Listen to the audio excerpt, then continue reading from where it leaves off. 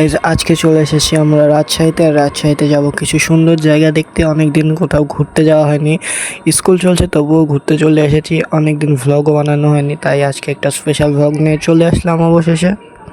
আমার নানু অসুস্থ ছিল, তাই রাজশাহীতে চিকিৎসার জন্য নিয়ে এসেছি। তাই ভাবলাম একটু ঘুরে যাওয়া যাক, তাই এখানে একটু ঘুরতে যাচ্ছি। কিন্তু কোথায় ঘুরবো সেটা ভেবে পাচ্ছিলাম না, তাই আমরা কাউকে জিজ্ঞাসা করলাম। তারপরে আমরা ঘুরতে যাওয়ার জায়গাগুলো ঠিক করে নিলাম। আর দুই জায়গায় ঘুরতে গেলাম, সেটা তোমরা থাম্বনেল দেখে বুঝে গেছো। আমি তো আজকে অনেক এক্সাইটেড ছিলাম, কারণ আমার পছন্দের দুটি জায়গা যেতে চলেছি। এর আগে আমি অবশ্য যাইনি, কিন্তু আমার খুবই পছন্দ। আমি মোবাইলে অনেকবার দেখেছি জায়গাগুলো। যাই হোক, এখন তাড়াতাড়ি আমাদের যেতে হবে, কারণ যদি আবার দেরি হয়ে যায় তখন বাড়ি ফিরতে দেরি হয়ে যাবে। এমনিতে রাজশাহীতে রয়েছে, অনেক জ্যামও হতে পারে। তো দেখতে পাচ্ছ আমরা কিন্তু গেটের সামনে পৌঁছে গেছি এখন।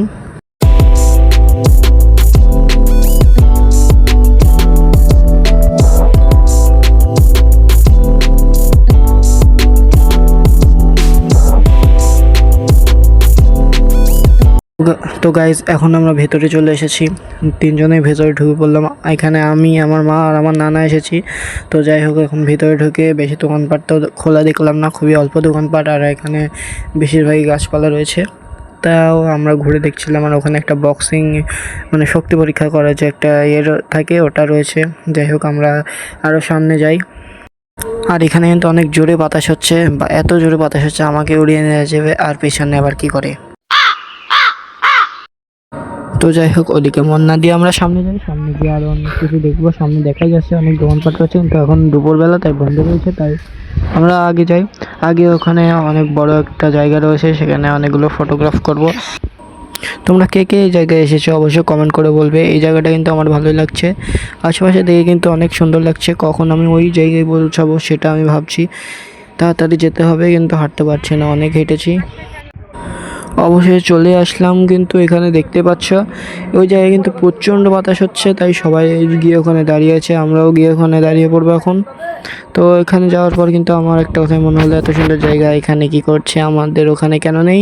যাই হোক, পরে অনেক সুন্দর গাছে ছায়া পড়ছে, আর এখানে অনেক দোকান রয়েছে। আর এখানে আমরা দাঁড়িয়ে বাতাস খাচ্ছি। জানি না ক্যামেরা বোঝা যাচ্ছে কিনা, অনেক জোরে কিন্তু বাতাস হচ্ছে আসলে।